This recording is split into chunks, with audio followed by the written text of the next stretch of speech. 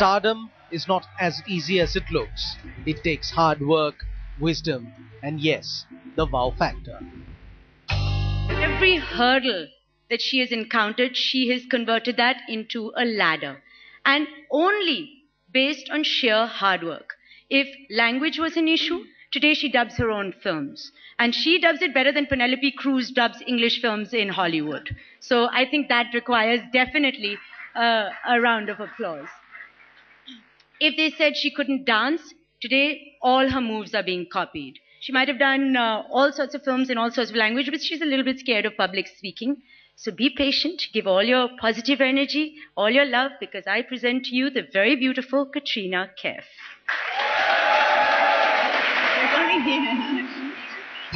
I remember asking a friend of mine who was a show choreographer. They coordinate the main fashion shows that you see happening. They call up the girls, the models, they book them for the shows. And I said, why am I not getting, many ramp shows? So I was told at that time that I'm too big, too much, too curvy or whatever you call it, and that I don't stand straight. So I said, that's not very good. I eventually started getting 1 or 2 shows here and there. And now when you do a fashion show, you always can tell who's the biggest star model by who has the most changes on their rack. So I would always come to the clothes rack, come running, seeing how many outfits I had, and I would always have 1. So I would look at the hanger, and everyone else would have 4 or 5, and they'd be draping their saris and getting them all ready. And I'd be there with my 1 outfit, which inevitably was something very loose and big. And I'd be like, oh, okay, fine. But, I kept on going. I kept on doing my auditions with the fake soap bar and everything else and learned what kabaddi was. And I started working as a model fairly successfully. And then I think I was pretty successful as a model. I was very happy. But I did obviously keep on trying. And I think from where I started out, I think I have achieved more than I could have dreamed of. And that kind of brings you, I guess, to the question which I ask myself now, which is, when is it enough? When do you sit back and say, I've achieved everything that I wanted, or I've achieved so much, and now I can relax and I can say that, yes, I have accomplished something. But the film industry and the glamour industry, like most industries, I think, is an extremely cutthroat, competitive industry.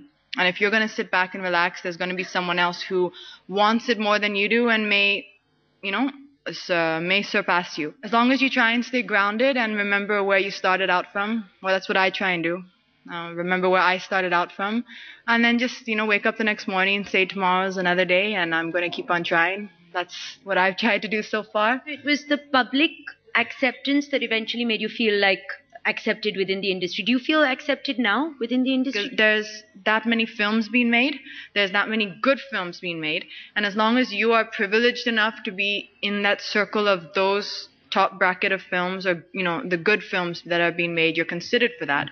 I don't think it matters really if so-and-so is doing another good film or so-and-so is also doing a good film. As long as you're doing good films, I think that's enough. The theme of this youth summit is mantras of success. Can we have Katrina's mantras of success? There will always be people who will speak the language better than you. There will be people who are better actors than you. There will be people who will be more beautiful than you, more talented than you. But as long as you are hardworking, you are professional, and you respect other people's time, you will not suffer.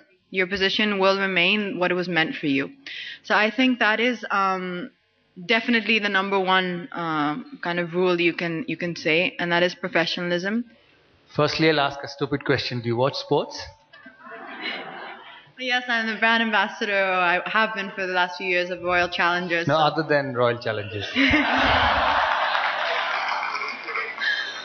No, I've never been that much of a sporty person, so I can honestly say I don't really watch sports. Do you, in your career, when you're still at your best and doing what you want to do you think about what you want to do after that, or you prepare after that, or you just take it as it comes? Yeah, that's the thought which occupies a lot of my day every day.